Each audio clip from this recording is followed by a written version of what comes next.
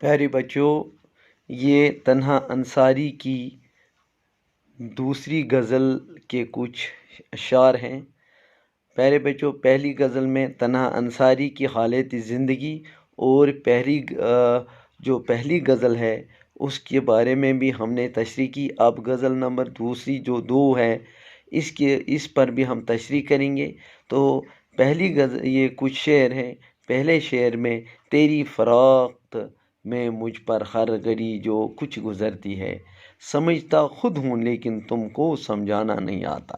شاعر اس میں فرماتے ہیں، تنہا انصاری فرماتے ہیں اس شعر میں کہ اے دوست، تمہاری جدائی میں جو کچھ بھی میرے دل پر گزرتی ہے اس سے تو میری ذات واقف ہے، لیکن جب تمہیں ملتا ہوں تو اس وقت مجھے وہ ماحول اور وہ الفاظ میسر نہیں ہوتے، اور میں اپنے دل کی بے قراری کو تمہارے سامنے بیان کرنے سے قاصر ہوں۔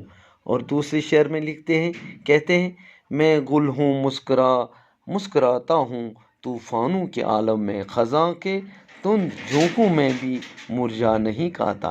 اس شعر میں تنہا انصاری کہتے ہیں کہ اپنے کو گل سے تشبیہ دیتا ہے، یعنی پھول سے تشبیہ دیتا ہے تنہا انصاری، کہ میں اس پھول کی مانند ہوں جو ہواؤں میں بھی کھلا رہتا ہے، اور اتنا ہی نہیں بلکہ میں خزاں کے موسم میں بھی پوری آب و تاب کے ساتھ جلوہ افروز رہتا ہوں، جبکہ باقی سارے پھول اس موسم میں مرجھا ہوئے ہوتے ہیں۔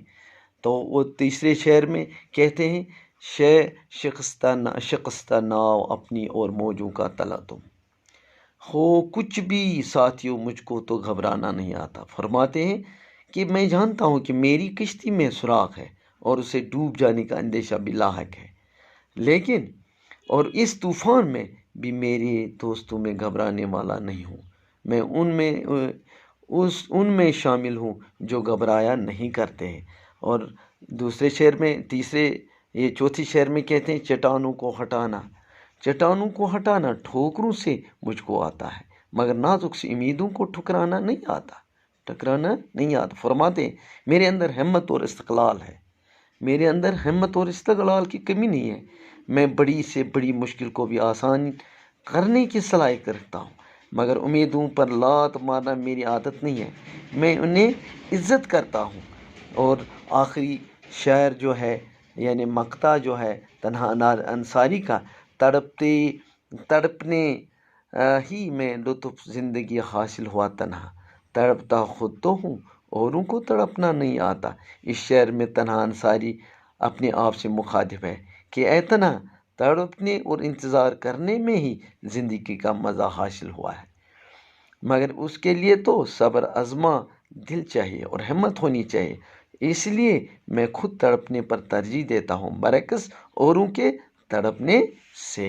اور یہاں پر شاعر اس دوسری جو اشعار جو تھے ان کی میں نے تشریح کی۔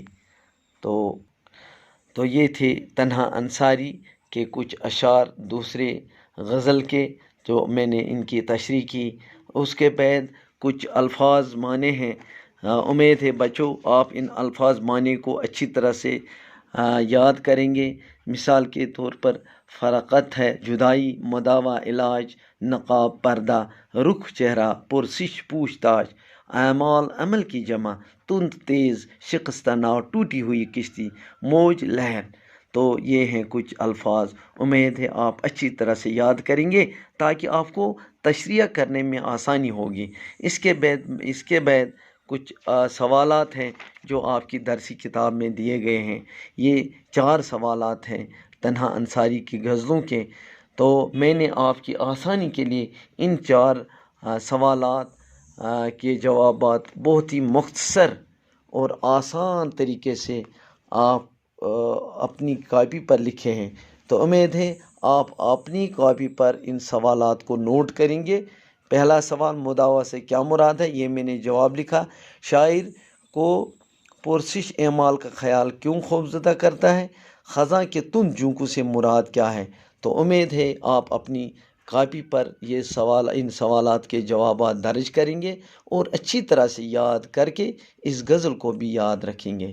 اور آخری سوال جو ہے وہ ہے غزل نمبر 4، آخری سوال ہے کہ شاعر نے موجوں کے تلاطم کے ساتھ شکستہ ناو استعمال کر کے کس بات پر زور دینا چاہا.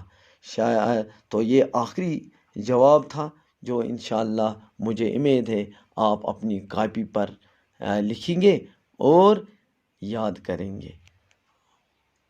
اچھا، خدا حافظ.